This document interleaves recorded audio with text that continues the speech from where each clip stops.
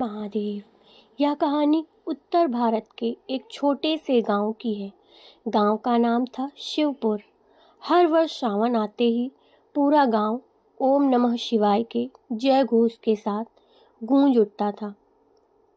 मंदिरों में घंटियां बजती, कांवड़िए गंगा जल लेकर आते और शिवलिंग का जलाभिषेक करते। सावन को भगवान शिव का सबसे प्रिय महीना माना जाता है, इसलिए इस समय लाखों श्रद्धालु व्रत, पूजा, जप और सेवा करते हैं। उसी गांव में एक वृद्ध व्यक्ति रहते थे जिनका नाम था रामदास। वे बहुत गरीब थे, लेकिन भगवान शिव उन पर अटूट श्रद्धा थी। उनके पास ना धन था, ना बड़ा घर, ना ही कोई बड़ी पहचान। फिर भी वे रोज सुबह 4 बजे उठते, स्नान करते, बेलपत्र लाते और शिवलिंग पर 1 लोटा जल अर्पित करते और महादेव से कहते, महादेव, मेरे पास आपको देने के लिए कुछ नहीं, मेरे पास केवल सच्चा मन है, उसे स्वीकार कीजिए। गांव के कई लोग उनका मजाक उड़ाते। कोई कहता सिर्फ पानी चढ़ाने से क्या होगा, दूसरा कहता भगवान को खुश करना है तो बड़े बड़े अभिषेक करो, सोना चांदी चढ़ाओ। लेकिन रामदास मुस्कुरा देते। उन्हें विश्वास था कि भगवान शिव को वस्तुओं से अधिक भक्ति और सच्चा हृदय प्रिय है। एक दिन के दूसरे सोमवार की रात थी। लगातार वर्षा हो रही थी। मंदिर लगभग खाली हो चुका था। रामदास मंदिर की सीढ़ियों पर बैठकर ओम नमः शिवाय का जप कर रहा था। अचानक एक साधु वहां पहुंचे। उनके कपड़े भीगे हुए और चेहरे पर अद्भुत तेज था। साधु ने कहा, बेटा, भूख बहुत लगी है, कुछ खाने को मिलेगा? रामदास के पास केवल 2 सूखी रोटियां थीं, जिन्हें उन्होंने अपने लिए बचा कर रखी थी।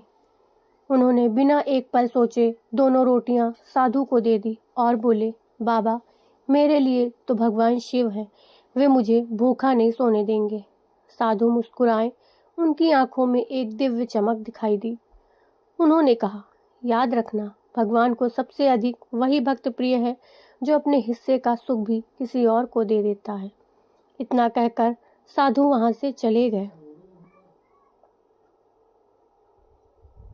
अगली सुबह जब रामदास मंदिर पहुंचे तो उन्होंने देखा कि शिवलिंग पर रखा एक बेलपत्र सुनहरी आभा से चमक रहा था।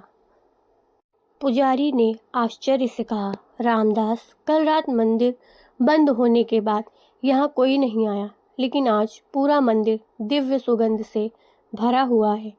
रामदास की आंखों में आंसू आ गए। उन्हें पिछली रात वाले साधु की याद आ गई। उसी रात उन्हें स्वप्न आया। स्वप्न में स्वयं भगवान भोलेनाथ प्रकट हुए। जटाओं से गंगा बह रही थी, मस्तक पर चंद्रमा, गले में सर्प और मुख पर असीम करुणा। महादेव ने कहा, रामदास, मैं तुम्हारी परीक्षा लेने आया था। तुमने मुझे साधु समझकर अपना सब कुछ दे दिया, इसलिए आज मैं तुम्हें नहीं बल्कि इस संसार के हर भक्त को एक संदेश देना चाहता हूँ। फिर भगवान शिव ने कहा, मेरे बच्चों, सावन केवल जल चढ़ाने का महीना नहीं है, यह अपने भीतर के क्रोध, अहंकार, ईर्ष्या और लालच को धोने का महीना है। जिसने मन को पवित्र कर लिया उसने मुझे पा लिया, जिसने केवल दिखावा किया उसने मुझे कभी नहीं पाया। रामदास हाथ जोड़कर रो पड़े। भगवान शिव आगे बोले, जो भूखे को भोजन देता है, दुखी को सहारा देता है, माता पिता का सम्मान करता है, सत्य बोलता है और किसी का दिल नहीं दुखाता, वही मेरा सच्चा भक्त है। महादेव का तेज धीरे धीरे पूरे आकाश में फैलने लगा और उनकी वाणी गूंज उठी, याद रखो, मैं कैलाश में ही नहीं रहता, मैं हर उस हृदय में रहता हूँ जहाँ प्रेम, करुणा और सच्ची भक्ति बसती है। रामदास की आंख खुली तो वे आंसुओं से भीगे हुए थे। उन्हें समझ आ गया कि यह कोई साधारण सपना नहीं था, बल्कि स्वयं भगवान भोलेनाथ का आशीर्वाद था। लेकिन भगवान शिव का संदेश अभी पूरा नहीं हुआ था। अगले ही दिन पूरे गांव में ऐसी घटना घटी जिसने हर व्यक्ति की सोच हमेशा के लिए बदल दी। सुबह जब रामदास मंदिर पहुंचे तो उन्होंने देखा कि गांव के कई लोग पहले से ही मंदिर के बाहर इकट्ठा थे। सबके चेहरे पर आश्चर्य था। मंदिर के मुख्य पुजारी ने कहा, आज सुबह जब मंदिर के कपाट खुले तो शिवलिंग पर किसी ने चढ़ाया हुआ जल सूखा नहीं देखा। पूरी रात दीपक भी बिना तेल डाले जलता रहा। ऐसा दृश्य मैंने अपने जीवन में पहली बार देखा। यह बात पूरे गांव में फैल गई। जो लोग पहले भगवान की भक्ति का मजाक उड़ाते थे वे भी मंदिर पहुंचने लगे। उसी समय गांव का सबसे धनवान व्यक्ति सेठ गोपाल दास मंदिर में आया। उसे अपने धन और प्रतिष्ठा पर बहुत अभिमान था। उसने रामदास की ओर देखकर कहा, देखो भगवान भी उसी की सुनते हैं जिसके पास चढ़ाने के लिए बहुत कुछ हो। रामदास मुस्कुराए और बोले, सेठ जी, भगवान को वस्तु नहीं भावना चाहिए। सेठ ने उनकी बात अनसुनी कर दी। उसी रात फिर से रामदास को दिव्य स्वप्न हुआ।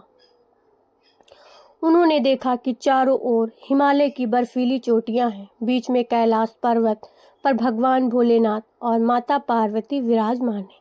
नंदी शांत भाव से बैठे हैं और चारों ओर ओम नमः शिवाय की ध्वनि गूंज रही है। भगवान शिव ने स्नेह से कहा, मेरे प्रिय भक्तों, सावन में केवल जल चढ़ाना ही पर्याप्त नहीं। यदि तुम्हारी वाणी किसी का हृदय दुखाती है, यदि तुम्हारे मन में घृणा है, यदि तुम किसी गरीब को तुच्छ समझते हो तो तुम्हारी पूजा अधूरी है।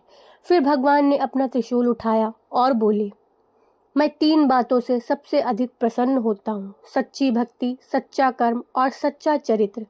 रामदास ने हाथ जोड़कर पूछा, प्रभु, आज के समय में आपके सच्चे भक्त की पहचान क्या है?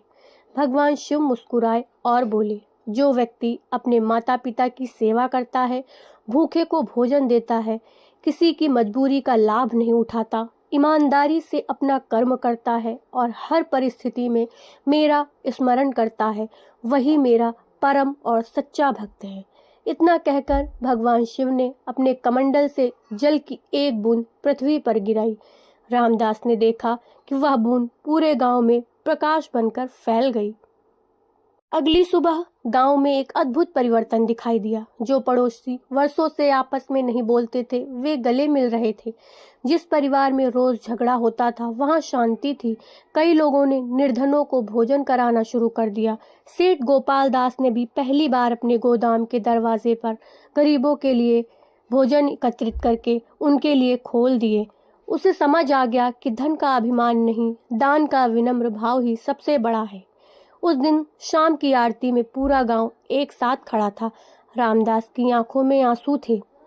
उन्हें ऐसा लगा जैसे मंदिर में शिवलिंग से एक मधुर स्वर सुनाई दे रहा हो, मेरे बच्चों, याद रखो, मैं तुम्हारी परीक्षा कठिन समय में लेता हूँ, लेकिन कभी तुम्हारा साथ नहीं छोड़ता। जिस दिन तुम विश्वास छोड़ देते हो उसी दिन तुम अपने चमत्कार से दूर हो जाते हो। इसलिए सावन में मुझसे केवल मांगो मत, स्वयं को भी बदलो। पूरे मंदिर में हर हर महादेव का जय घोष गूंज उठा। लेकिन भगवान भोलेनाथ का अंतिम और सबसे शक्तिशाली संदेश अभी बाकी था। उसी रात पूरे गांव में एक ऐसी घटना घटी जिसने हर व्यक्ति का जीवन हमेशा के लिए बदल दिया। महादेव।